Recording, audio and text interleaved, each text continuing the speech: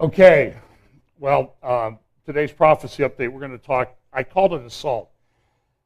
Sometimes the last thing I do is put a title on these things because I feel this pressure to not just call it prophecy update. It has to be something special and catchy, and this is the only thing I could think of at the last minute when I realized, oh, I forgot to do my title slide.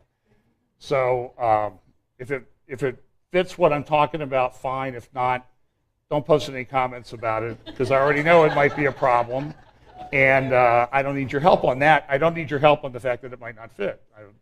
I'll realize that when I get in talking to it.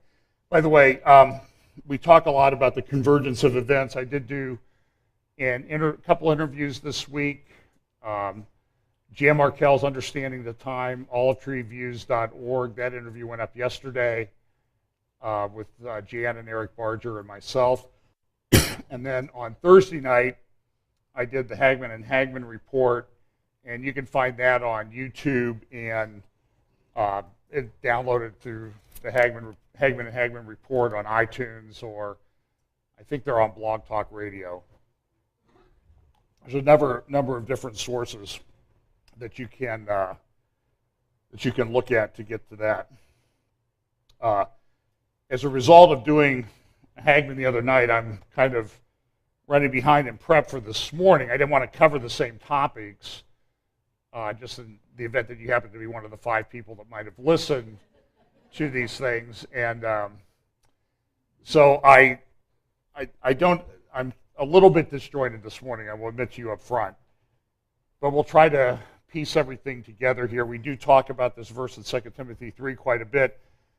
This know also that in the last days perilous times shall come, for men shall be lovers of their own selves, covetous, boasters, proud, blasphemers, disobedient to parents, unthankful, unholy, without natural affection, truce breakers, false accusers, incontinent, fierce, despisers of those that are good. This is a verse that I think and the verses that follow it, are verses that we clearly see playing out in our world today. We live in a very interesting time. We do live in perilous times.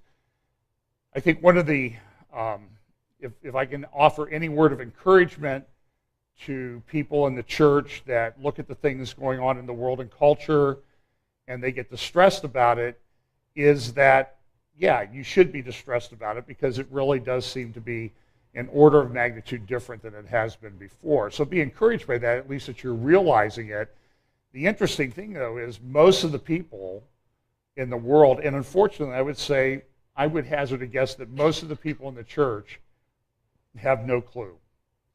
They are totally unaware, they don't want to know, or they don't know enough to know what's significant about the times we live in. One of the things that I've talked about, I did a video a couple years ago called Streams of Ecumenism. In that video, I looked at this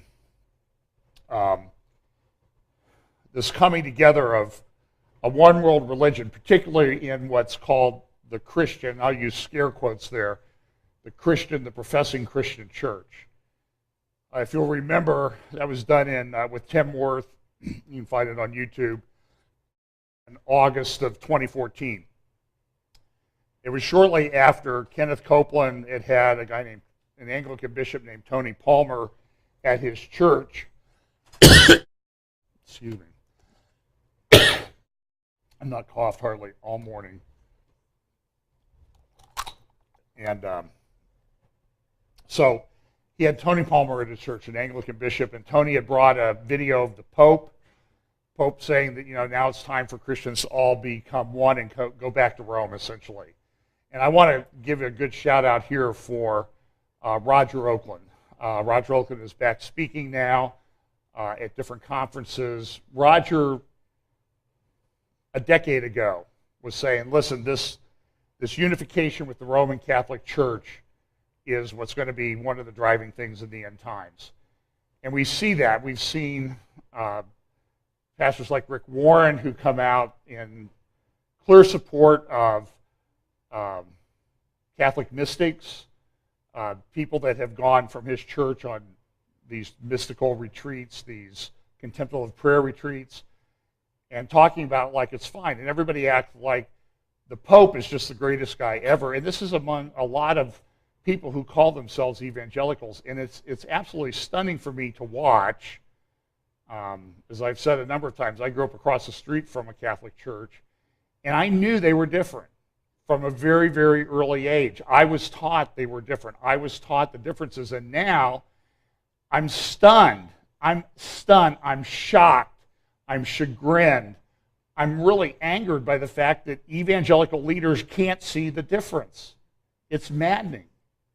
So you can look at that video. We put some of these things together. And so this is a conference that's coming up in the Washington, D.C. in a month or so called Together 2016.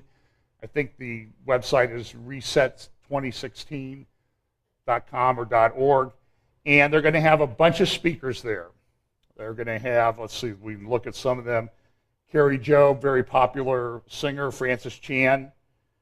Ravi Zacharias. Hillsong United is going to sing their worship team. You have Ronnie Floyd, the head of the Southern Baptist Convention. You have Christine Caine. You have Ann Voskamp. She's a very popular author, wrote a book called 1,000 Gifts. And like Jesus called, in fact, go look up Pastor Steve Mitchell and the erotic mysticism of Ann Voskamp and Sarah Young. It's a great message. You can find it on the Fellowship Bible Chapel YouTube channel. You need to listen to that. They're going to be there. Voskamp, they tweeted this. There was a quote from her website. We don't need an explanation from God like we need an experience of God. And boy, does that ever capture what's going on in the evangelical church. Because I'm going to get in trouble for this. Ravi Zacharias is an apologist. What is going on that he's going with these people to Washington? Now, what was announced this week, though, is we're so excited that the Pope is going to send a video message to us. Now, in that video, Streams of Ecumenism, almost 2 years ago, I said this was coming in 2016, and it was going to be even accelerated in 2017, because 2017 is a couple of major anniversaries. It's a number of them. It's 50 years since the reunification of Jerusalem, and they're going to play off of that to show that the church is reunited now. The 67 war, Six-Day War, Israel took back Jerusalem and reunited the city. It was a very significant event. They're going to play off that. 500 years ago was the Reformation. They're going to play off of that event, and they're going to say, just like Tony Palmer said at the Kenneth Copeland conference in 2014, the Reformation is over. It's also the 100th anniversary of the fall of the Ottoman Empire. So there's a lot of things going on. But they're all excited that the Pope's, and I'm just telling you is, you got to be really careful when people call themselves evangelicals now. I don't think the word doesn't mean what it used to mean. And we've seen this coming. We've talked about it here for years, and now it's here.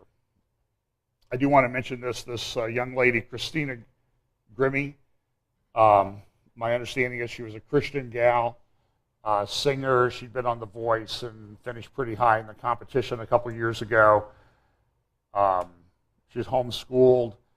I heard very strong about her faith. She was did a concert in Orlando the other night, and after the concert, a guy came up to her. He had peppered his emails and website with a lot of anti-Christian statements, and he hunted her down after the concert, and he killed her.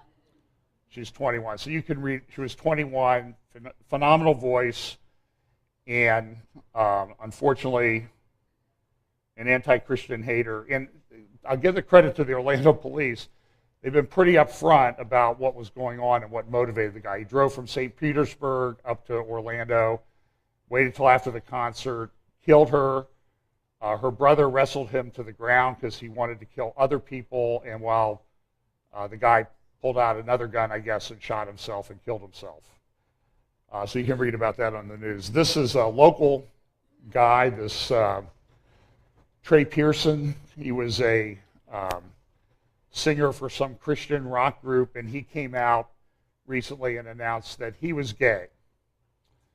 And I'm going to play a little clip of, I know this is a little bit of torture. I'm going to play a little clip. He appeared, of course, when anybody does something like this, they get invited to The View. I never get invited to The View. I don't understand, So, don't suggest it to anybody, though, okay? Although it would be kind of fun. Here's a little bit of his interview on The View. Even marrying a woman and having children, but just 3 days ago, he embraced who he really was publicly by coming out and starting a whole new conversation in the Christian community. Please welcome Trey Pearson. A little over 6 months ago, I was able to finally accept who I was and be able to admit to myself that I was gay. And it was a really long, difficult journey to be able to get to that point, but I'm very thankful for being able to get there. As you said, I was married and I have 2 beautiful children, and it's just one of those things that I knew how important it was, what I've gone through and the difficulty I had gone through, to be able to have that transparency to tell other people and hopefully help other people. Why do you think it was hard for you? Was it because of your faith, or was it because of your upbringing? Yeah. So I grew up in a Christian home that and church where I was taught that God hated homosexuality. I feel like I'm more in love with Jesus and the scriptures than ever. And really? As I've progressed in my faith, and as I've experienced this grace, this restoration, this being able to embrace truth without being scared of what people that live in fear. Well, what about the church? How's the church reacted? There are all kinds of wonderful people in the church. It's changing right now. We've had to go through a lot of things. There's times where we've had to go through what it's like for women's rights, what it's been like for black people's rights, for minorities' rights. This happens to be a pressing issue of our time. Well, guess what they did? Oh, Trey, you're so courageous. He left his wife and children. That's courage? I would love for somebody to go on this show sometime, say, I used to live as a gay person, I left that lifestyle, I converted to Christianity, I married and raising a family. To me, that's courage. That's something that should be praised, not somebody that runs off and leaves his wife and kids. Oh, she's my biggest supporter. And this is, by the way, the cover there on the left, that's sometimes you see them in some of the restaurants and local eating establishments, the 614 thing. So I'm sure he'll be featured prominently at the Pride Festival this coming weekend. I've talked a little bit about this. There have been a couple cover stories recently in Newsweek about the clampdown on free speech on college campuses, even to the point where they're saying you should burn some books. It sounds very much, it sounds like Fahrenheit 451. It sounds like Orwell's 1984. Even The Economist, which a lot of people think is just a tool of the New World Order, is concerned about the clampdown on free speech in Europe. The Gatestone Institute picked up on this in an article that just came out this morning. Look at what they say here. They talk about what's going on in the European Union. And listen, what goes on in Europe is going to come here because we're such an interconnected world now. So any rules that Facebook puts in place for Europe will be the rules for America. They'll have one worldwide standard. So there's going to be a clampdown on free speech. And some people have suggested to me there's an alternative called, I haven't looked into it yet, called Scene Life or something like that. And sort of a Christian, free speech, uncensored alternative to Facebook. YouTube is also signed on, and so as a result, we've been looking into some alternative platforms just in case we get our privileges at YouTube or Facebook pulled. So just pray that we get those in place and be able to switch over quickly if we have to. For now, they're good platforms. They have millions and billions of followers, and it's a good place to do it. But here, they criticized the German Chancellor, Angela Merkel. The German Chancellor was not interested in the reinforcement of Europe's external borders, the re-erection of its internal borders, the institution of a workable asylum vetting system, and the repatriation of people who had lied to gain entry into Europe. Instead, Chancellor Merkel wanted to know how Facebook's founder could help her restrict the free speech of Europeans on Facebook and on other social media.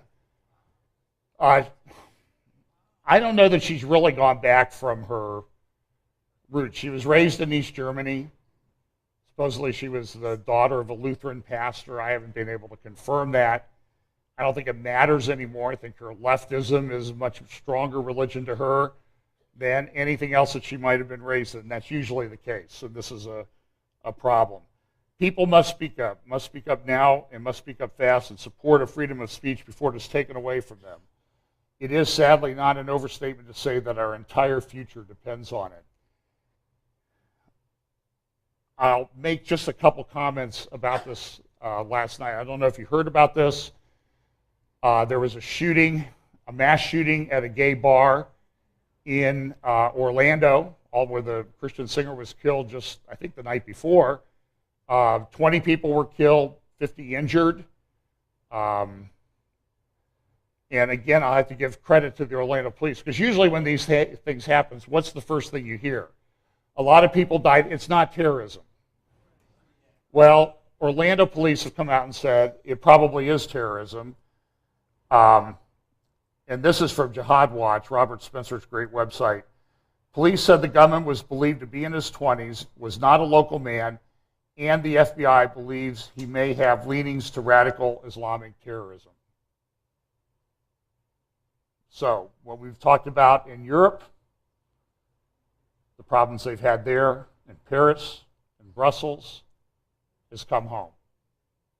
And they said this, they've told us what they're going to do. Now, it's going to be interesting to watch, because we had San Bernardino. We now have Orlando, apparently. Let's assume that it turns out to be that way. And you remember when the Attorney General of the United States, the day after, I wonder where she will go tonight to speak and not mention the obvious. Remember what happened after San Bernardino? The next night she went to the Muslim attorneys thing in California. No, it was in D.C. for their awards program. Never mention the shooting in San Bernardino. By then, it was obvious to everybody on the planet who was involved and why they did it and the ideology behind them. And what did the Attorney General say to the Muslim lawyers gathered there? We're going to protect you. We're very concerned about this young man who built something that looked like a bomb, and they disciplined him because he was Islamic. We're concerned about that. And we're going to crack down on those people. Never mention the obvious, the elephant in the room, so to speak. We'll see what happens here. I don't have any slides on this. The president came out this week and endorsed Hillary Clinton. The same day, the White House press spokesperson, by the way, I never really noticed it before. Do you know what this guy's name is? He's the press spokesperson. He defends what Obama does. He spins it. His name is Josh Earnest. Now, if there's ever a guy who had the right name for the job that he's doing, it's Josh Earnest. His parents must have been prophets. They knew what his calling would be when they named him Josh Earnest. Okay, so that's neither here nor there.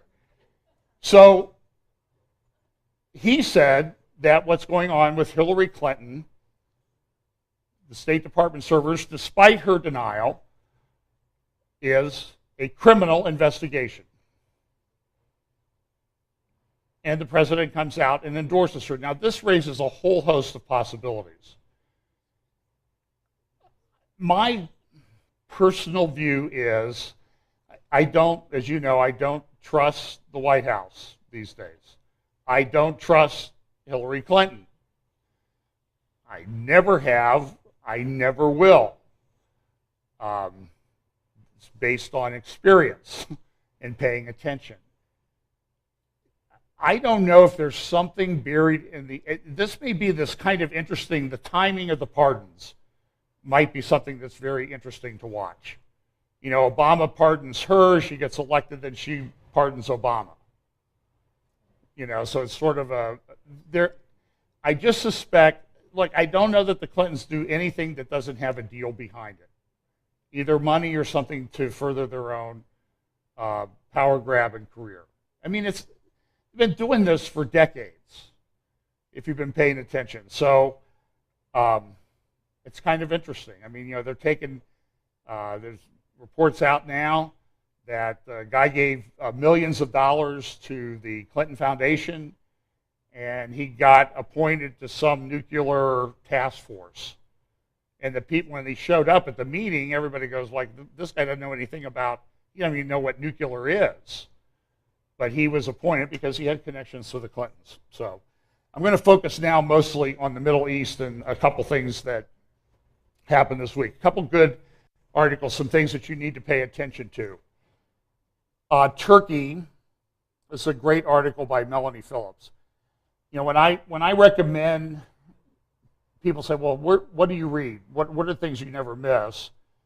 And I would say I try to never miss columns and articles by Melanie Phillips. I try not, and speeches by her. In fact, I'm going to play a little bit of a speech of hers, or a talk that she gave a couple months ago here near the end. And Caroline Glick, of course, I never miss a speech or talk or column of hers. Diana West, Claudia Rosette. They're all superb writers, analysts of the things that are going on. They all happen to be women. I wish I had more men to recommend, but I think they're all good. Claudia Rosette, Diana West, Melanie Phillips, Caroline Glick. So Melanie lives in England. She's Jewish, and she has an article in there, Turkey as a Trojan horse endangering Europe. Now, I have a whole bunch of things I'm reading right now about what's going on in the Middle East, what's going on in Syria, who's supporting who, and that type of thing. I have not yet found a way to make that coherent and present it to you as to what I really think is going on, because it's very complex. I do know that sort of the overarching thing is that the nations of the world are uniting in one fashion, they're uniting against Israel. We have the unification of religions. We have the unification of the nations. By the way, there was an imam, one of the leading imams, if not the leading imam in the world, went to talk to the Pope, went to meet with the Pope. This is all part of the process of the end times of these religions uniting. So anyway, so Melanie's article is Turkey is a Trojan horse endangering Europe. And she says this, I'll just read part of it. When does a turkey become a canard? When feathers start flying over Europe. David Cameron said this a few years ago. Turkey wouldn't join the EU until, quote, the year 3000, unquote. Sir John Majors said, the idea of Turks pouring into Europe is nonsense on stilts. Melanie looks at these arguments and she says this. Their argument is made of straw. Mass immigration from Turkey does not depend on EU accession. Erdogan, who has set a trap into which the EU, hamstrung by its open borders policy, has fallen. And one of the things is, Erdogan is very clever. He has succeeded over the last 14 years or so since he came to power in Turkey, essentially turning Turkey back towards to become an Islamic state. It was, you know, in the 1920s, Ataturk set up Turkey as a secular state. They banned the wearing of the fez, of women to dress more Western, and Erdogan, whose wife dresses in traditional Muslim garb, not a full burqa, but she wears the head covering and everything you see her in. You'll see her in just a moment. He succeeded in turning that country around, and people thought that Turkey was the great example of how an Islamic country would become secular, and it has not worked out. It's not working. Erdogan demanded an end to visa restrictions on Turks entering the EU. He was therefore subjecting Europe to an exquisite kind of blackmail. She goes on to say that, well, Europe has found itself caught between a rock and a hard place on how to deal with Turkey and the immigration coming from there. And so Erdogan has exploited that. He's got Turkey to contribute money to him, in return for which he's agreed to cut off or reroute the flow of immigration into the European Union. It's not going to work because Erdogan's going to go back and demand more and more money and turn the spigot on and off as he deems advisable. So she continues, either 80 million Turks were to be given potential access to the EU, or millions of migrants from the Arab world and the rest of the impoverished South would pour in through the sluice gates that Erdogan would open. Now listen, what happens? So Turks can immigrate into Europe as they will, right? That's part of the agreement. The immigrants are supposed to stop in Turkey. Well, after they're in Turkey for a while, what are they going to be considered? Turks. Then where are they going to go? They're going to go into Europe. This is a deviously devised plan by Erdogan. I would say I admire his deviousness because it's his cunning and the way that he has put this together is really pretty amazing. She continues, caught between the toxic Scylla and lethal Charybdis. By the way, do you know, I don't know how many of you, do you know what the Scylla is and the Charybdis? Oh, well here, this is something, I learned this in law, this is something I learned in law school. Because there was a famous legal opinion, Supreme Court opinion, that talked about being caught between the Scylla and the Charybdis of these two views. The Scylla, that's the word for rock. And Charybdis is hard place, so between a rock and a hard place. So it's just something that you say to show, you kind of show that you're kind of a little bit smarter than anybody else. And I had to go look at it. I mean, I took Latin, that's how old I am. I took Latin in high school and Greek in college, and I still didn't know what it meant. I had to go look it up. So I didn't finish that, did I? Caught between the toxic Scylla and lethal Charybdis, the EU imposed terms that Turkey, where the Islamist Erdogan has been clamping down on human rights, would need to meet. These conditions, which the EU suddenly reduced last month from 72 to 5, really tough negotiations there. They caved on 67 of their points, with the implausible claim that impressive progress had been made on the rest, including reforms to Turkey's repressive anti-terrorism laws, which are used against anti-government academics and journalists. And Erdogan has completely decimated the non-Islamic oriented people from the military. He shut down one of the major newspapers there, Zaman, today's Zaman, and you can go to their website now and it's just what it was back in March when they effectively went out of business because of the clampdowns. After an impasse over these requirements, with Erdogan threatening to ditch the block on migrants, negotiations came back on track only a few days ago. Although it is unlikely that the visa waiver will start as planned next month, it is now very much on the cards for the autumn. In other words, the Brexiteers are correct, the people who want to leave the EU. This is a big vote coming up in England in a couple weeks, or week after next, I think it is. In other words, the Brexiteers are correct. Turkey has set to funnel untold numbers of new migrants into the EU and then to Britain. The crisis also plays into Erdogan's strategy for Islamicizing Europe. He has told us this himself.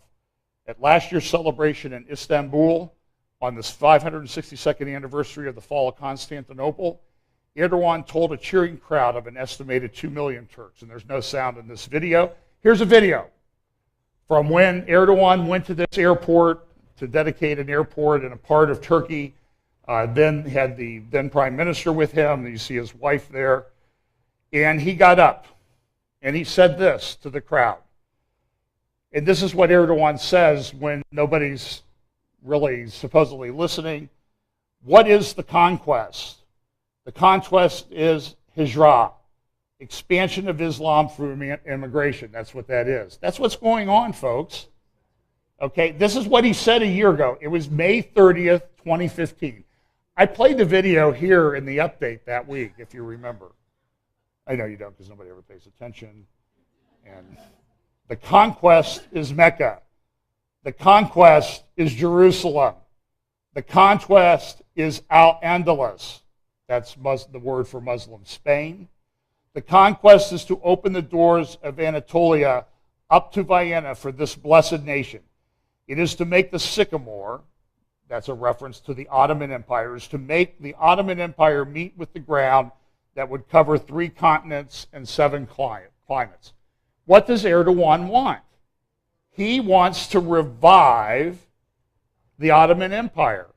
100 years ago it fell. He's trying to bring it back. Why? As part of the Islamic Caliphate. It's what's coming. Even in the Jerusalem Post, they note this. Turkey and the EU building on a shaky bridge. Listen, this is a very big issue. Turkey is a fairly powerful country. It's, I think, the 17th largest economy in the world. It has one of the 10 largest armies in the world. It's not something to be trivialized or messed around with.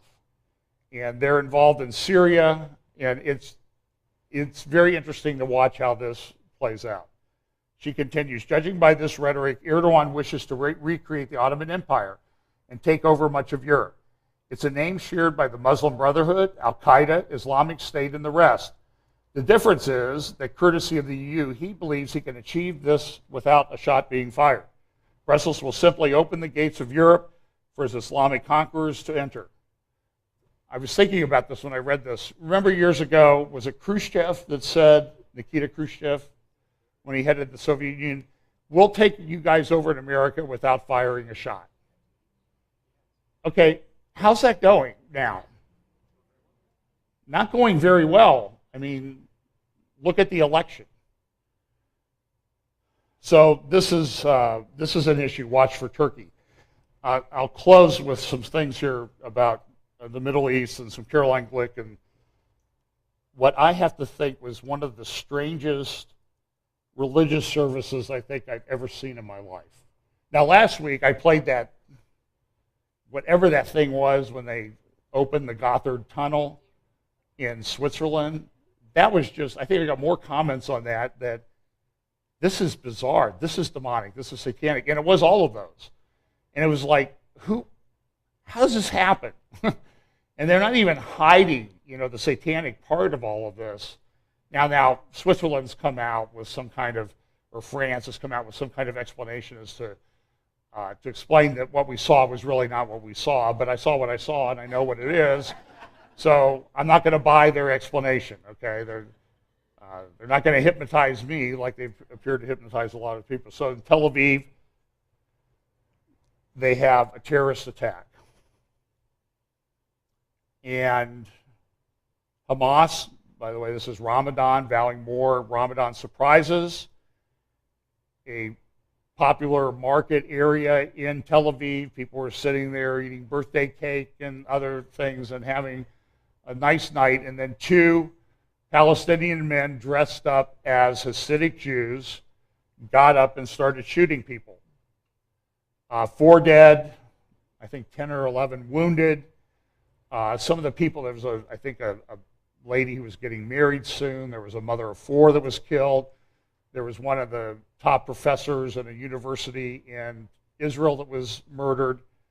And I'm going to play a little bit of that clip, but not here. I'm going to play it in the midst of, well, you'll see it. I think I'll be able to put it into context. CNN, when they reported on it, they said 2 terrorists captured. Now, the beauty of the digital world is that there are a lot of people out there that capture this stuff and keep it. CNN's taken it down. They've apologized for this tweet and the headline that they had on their website.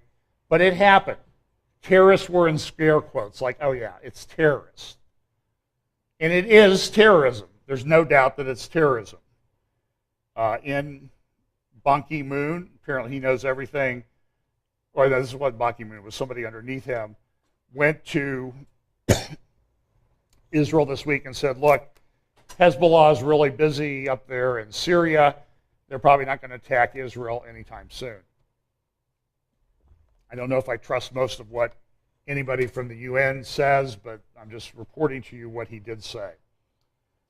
In America, this is an article from The Jerusalem Post by Alan Dershowitz this week. Now, Alan Dershowitz is a very left-wing law professor emeritus from Harvard. Specialty was constitutional law. And he doesn't hide his leftism, but he also doesn't hide his love for Israel. And he's a big supporter of Israel, and he's willing to speak out at all the nonsense that he sees going on. Charles Krauthammer had a similar editorial in the Washington Post. Talked lovable Bernie whacks Israel. Now, what are they talking about? Well, because he got a number of, because of the number of votes that he got, Hillary Clinton, they have to appoint 15 people to the Democratic Platform Committee for their convention. Debbie Wasserman Schultz gets to appoint 4 of them. There's 15. Hillary, because of the number of votes she got, gets to appoint 6. And I frankly, I don't remember who all she's appointed. Bernie Sanders, because of the number of votes that he got, gets to appoint 5. So who does he choose? Well, 2 of the people that he chose were James Zogby, the pollster, who is a huge Palestinian supporter, very Arab American, very anti-Israel, pro-Palestinian. He also selected a guy named Cornel West, the radical left-wing professor from Harvard, who, when he's not, helping out Bernie Sanders, is speaking at emergent church conferences in Chicago. Like a year ago, he spoke at this, Renew conference or something like that they had in Chicago. It was the Justice Conference. Because what's the emerging church about? It's about social justice. Not about the gospel anymore. It's about what they call the gospel, but it's not the gospel. So they have no problem inviting an extreme radical like Cornel West in to speak at that conference. My friend Jim Fletcher wrote some articles. He actually went to the conference last year and endured that. So he wrote. You can look up some articles he wrote. So Sanders' picks will help shape the party platform. And this is it's very problematic because he's appointed several people that are very anti-Israel. And so there's a concern, given the state of what's going on in the world and the push against Israel, that if Hillary Clinton comes into office, the Democratic platform will at least not be as strong on Israel as it was before. So, and this is the Democratic Party where one of the leaders said this week, Nancy Pelosi, said that the government invented the iPhone, not Apple. So I guess she wants her cut. I don't know. This is the time of Ramadan, and you'll see a lot of Christians, wishing Muslims a happy Ramadan. This is the Temple Mount, I think yesterday, or Friday prayers at the Temple Mount. And this is much, much less attendance than it has been in the past. Why? Because Israel shut down all people coming in from the areas of the West Bank, what they call the West Bank and Gaza. They revoked all the permits, and now everybody's upset about, Israel's so oppressive, look at what they're doing. They just had people killed in a cafe in Tel Aviv.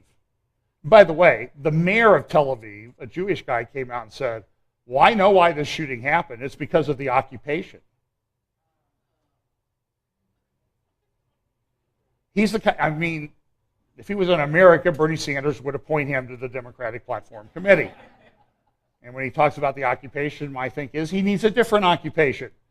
Get rid of this guy because he's not helpful to the problem. And this is a problem in Israel with a lot of people doing this. The interesting thing, this is totally off the subject, but you see the Dome of the Rock. That's to the north. So these people are facing to the south. Where are they praying to? Where do Muslims bow when they pray to Mecca? Now, well, there's a problem with the Temple Mount. Did you know this? Because the Al-Aqsa Mosque is one of the oldest mosques in the world. It was built, you know, in the 600s, late 600s. It was built on the foundations of the Dome of the Rock, on the foundations of the Byzantine Church, and the Al-Aqsa Mosque was built to the south, there on the south edge of the end of the Temple Mount. Now, what Islam tells us is, well, all mosques, they have a thing called I think it's called the Qibla, points to Mecca. So you can go to a mosque and you can, so if you go to the big mosque over there, you know, between Dublin and Hilliard where I live, you'll see that it's oriented in a certain direction. Well, why is it oriented in that direction? Because it points to Mecca. Here's the problem, and Jay Smith did a great teaching at Calvary Chapel, Chino Hills, probably in late November 2014, I think it was, in the fall of 2014, where he said, there's a Mecca problem with the early mosques. And what did he mean? Well, here's another picture from Google Earth of the Temple Mount looking to the south. Across the Temple Mount, you see the Al-Aqsa Mosque there. And so you would think that this mosque, if you took that line, that it would point to the Kaaba and Mecca. There's a picture of Google Earth of Mecca and that monstrosity of a building they built there, one of the tallest on Earth. So here's a Google Earth thing. Looking, you see the Al-Aqsa Mosque here in Israel. This is sort of upside down, looking to the south, all the way down there to Mecca. So the mosque in Jerusalem should line up, right? All point to Mecca. Well, what you find out is when you take the line that you have there and you extend it, it doesn't point to Mecca. Oops. But they all bow that way. So if you look at the map, there's a town in between Mecca and Jerusalem called Petra. And so when you take that line, it goes to Petra.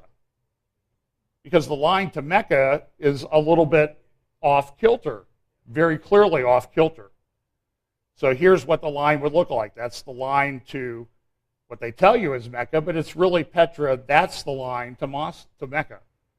And when you get out 1,000 miles, it's a pretty big gap. I mean, by the time you're south of the Temple Mount, you're still in the original city of David in Jerusalem. You're already kind of off, okay? And what they found is that the mosque built in the 600s at Baalbek in Lebanon, other mosques are all pointed to Petra. That's a problem. In fact, it wasn't until around between 720 and 740, almost 100 years after Muhammad's death, that they kind of got their things oriented. And so the first mosque is that's pointed to Mecca that was built in about 732 AD. There's one built in 740 that's still pointed to Petra. So it just kind of raises some interesting issues about who invented what and where did that religion come from, and can you really trust its foundations and what they say, or is it authentic? Or is it just something that people have made up over time? Draw your own conclusions. This should have been at the beginning. DEA wants inside your medical records to fight the war on drugs. Have you heard about this? A guy, and this police state monitoring things, it's already here and it's coming, but there's records that people get, and the DEA and federal law enforcement officers want access to this. And everybody says, well, they'll never use it for bad, right? Well, what happened was that they went into the Oregon records, and the government argues that, look, they give these records to people in Oregon, they give these, your records are distributed among a bunch, so you don't really have any expectation of privacy in those records. Now, I would say that this is probably a surprise to most people, but this is the position of the Obama administration when they go into court.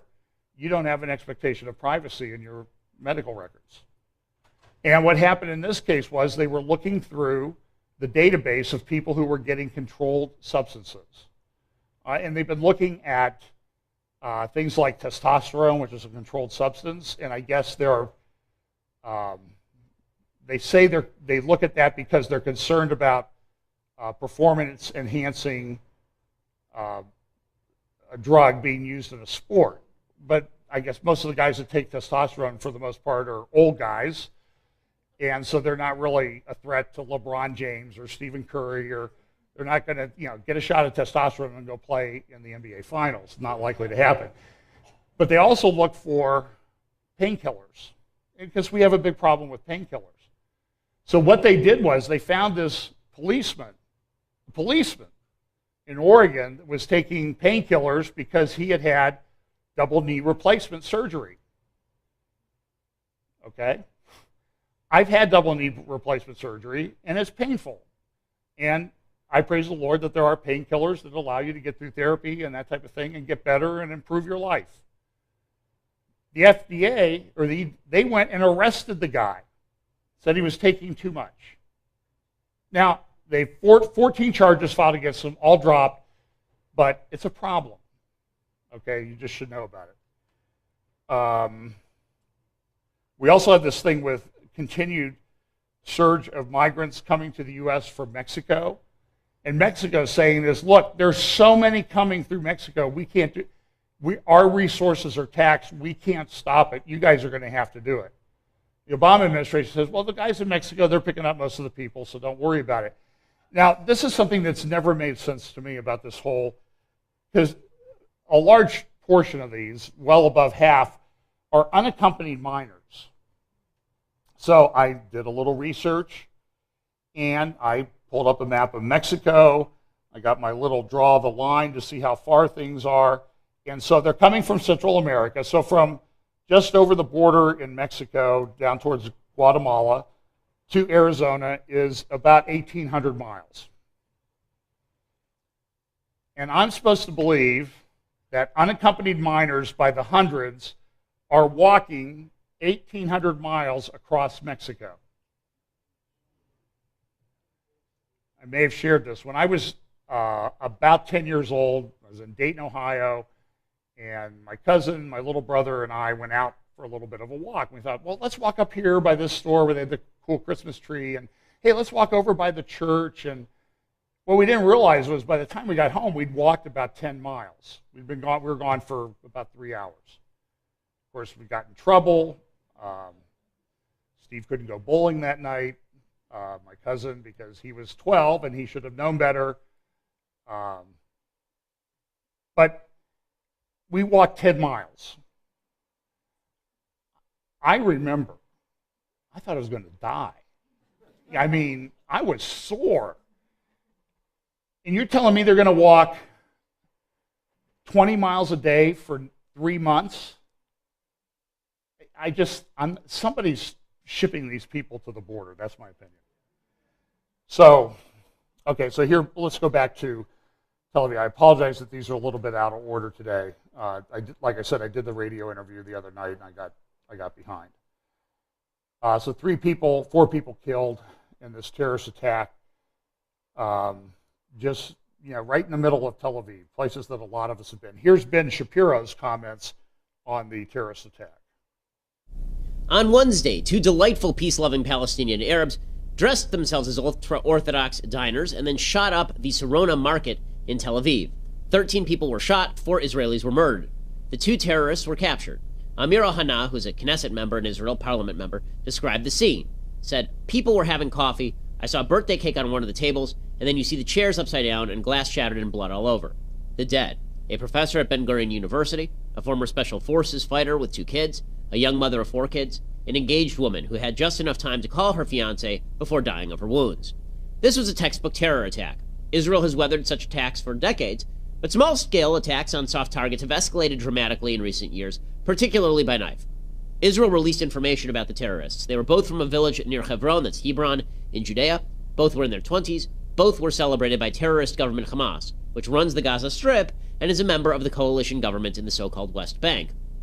Hamas praised the attack. Their spokesman said the shooting was, quote, the first of many surprises planned against Israel during Ramadan. So, while Western governments continue to act with sensitivity regarding going after terrorists during Ramadan, Terrorists don't really seem to care.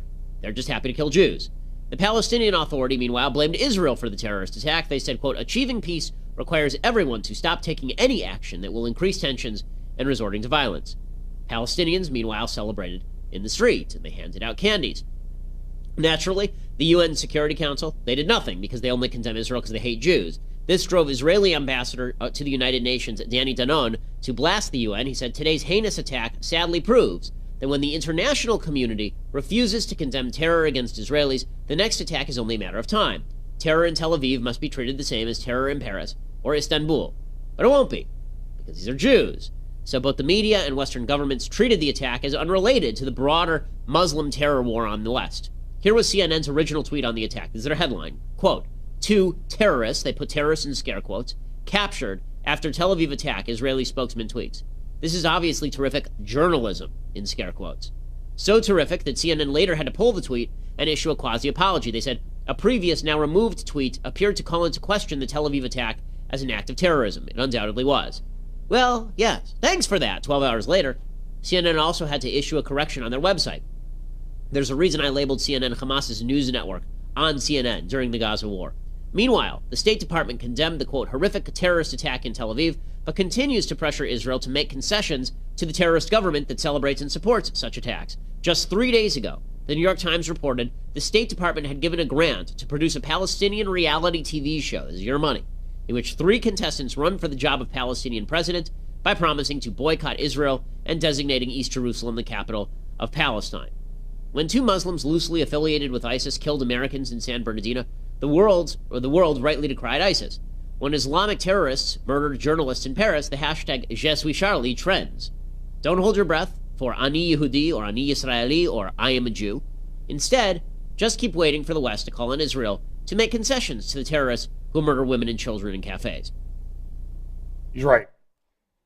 Now, I'll talk a little bit about this in the context of a good article by Caroline Glick, which we'll link, and you can go read the whole thing. But this is from the Tablet. I think it's kind of a center-left Jewish magazine, and they had some interesting things. They said, first of all, they talked about the Paris Peace thing, which happened a week ago. We didn't talk too much about it last Sunday, but it was pretty significant. There were 29 foreign ministers that got together in Paris to talk about forcing Israel to take the 2-state solution.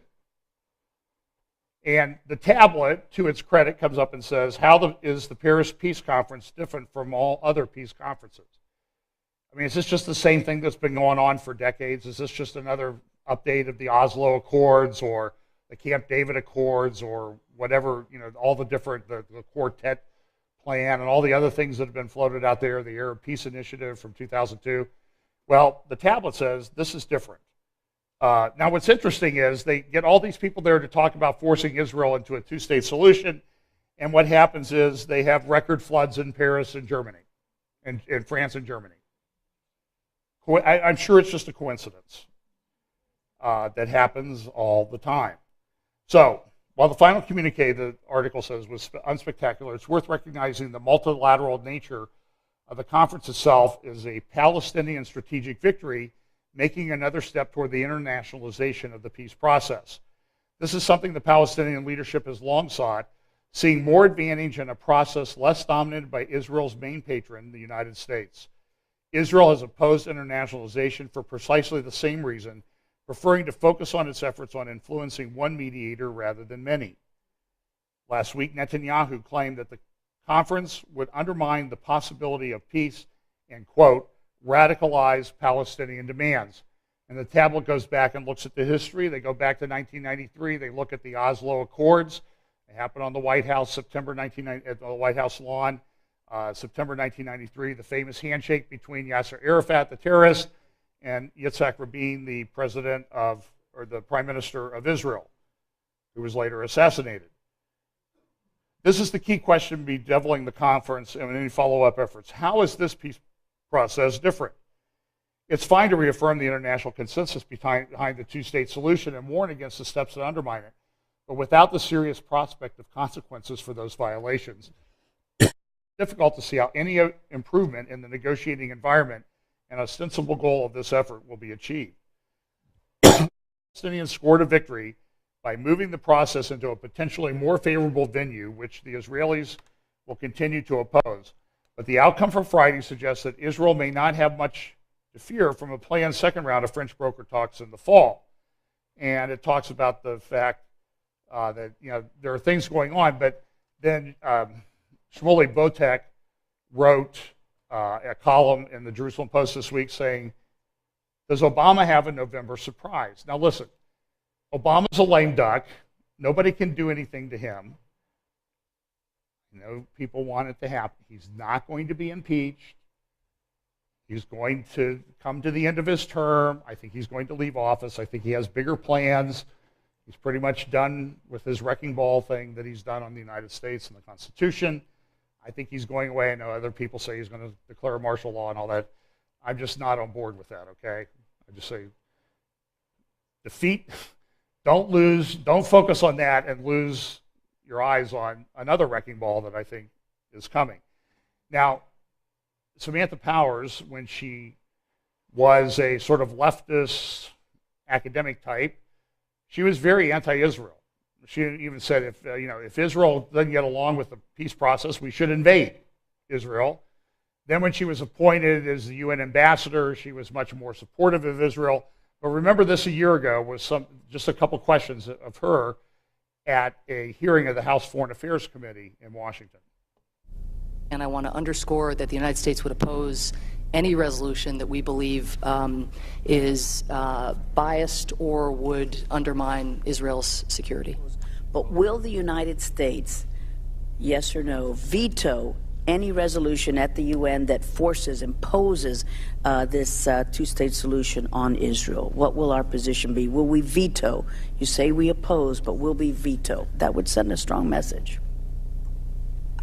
Again, given that we worked last summer on a UN Security Council resolution with Israel that we were potentially prepared to support, and we weren't able to get everybody on the council to rally around, I think it's perilous to make blanket statements, but I want to underscore we have consistently opposed, we will oppose anything that is biased, anything that would undermine Israel's security, and I think our track record is very solid here. Thank you. I think that's that track record that worries Israel. Obviously, the UN might adopt a resolution that had a few non-controversial provisions, two-state solution, peace and security for all. But would we veto any UN resolution that tried to codify the parameters of a peace deal and included controversial elements in that codification? Thank you, Congressman Sherman. I think that's a reprise of the Congresswoman's question with a slight yep. shift. I really am going to resist. She's going to answer the question because we know what's going on in the White House. That's what they're talking about, and this may be a problem in November. And it would be sort of a historical precedent, or without historical precedent that we would do that. That our president would do that, direct our ambassador to the UN to veto or to not veto a resolution that forced Israel into a box. That's never been the position of the United States, but a lot of things have never been the position of the United States that are changing in the world around us. So Caroline has a good article, and she talks a little bit about this peace process, and so I'll just talk about that. She also talks about Netanyahu's going to Moscow. I'm going to skip over that, but she talks about this in her column. We'll link it. You can read the whole thing. There was something poetic about the events that bookended the past week of diplomacy. This week began with French President Francois Hollande's peace conference and ended with Prime Minister Benjamin Netanyahu's state visit to Moscow. From the perspective of both substance and style, the contrast between the two events couldn't have been more striking. And she goes on to say that, what happened in Paris was really more of the same old stuff that they've been talking about before. She also said that it was very interesting. They had this peace conference. You guys need to get along with the Palestinians. They want to make peace, et cetera, et cetera. And she goes on and spends a lot of time about the fact that, well, it's just bad timing. Because what happens right after the peace conference? terrorist attack in Tel Aviv kills 4 people, out for dinner on a nice evening, and they should have egg on their face. She also goes back and looks, look, every time we've tried to do this is a picture from 2005 when they told the settlers to get out of Gaza so they could get over to the Palestinians, who immediately then came in and did what? They put Hamas in charge, a terrorist organization in charge. It also says France really has a problem with reality. They've had terrorist attacks, but also back in the same time frame, their French television too had this video on. And you remember this kid that was killed in the West Bank? Mohammed al-Dura was his name. So I looked into that, and he's become sort of an icon of the young Palestinian martyr unjustly killed by Jews. You see these posters all over the West Bank area, Judea and Samaria. You see the picture here. You see the kid screaming. He's being shot. On the left, a picture of him laying dead. You see the Israeli soldiers shooting him. Here's the prop, and here's a picture of a building in the West Bank where this is. There's a problem. They've gone in and they've analyzed bullet angles and all this stuff, and it was not possible for an Israeli soldier to have shot this kid. So here's a picture of the video that a French organization took up. And I want you to look at some of the things that are going on here. There's no sound, guys. So here's the father supposedly shielding his son behind this barrel.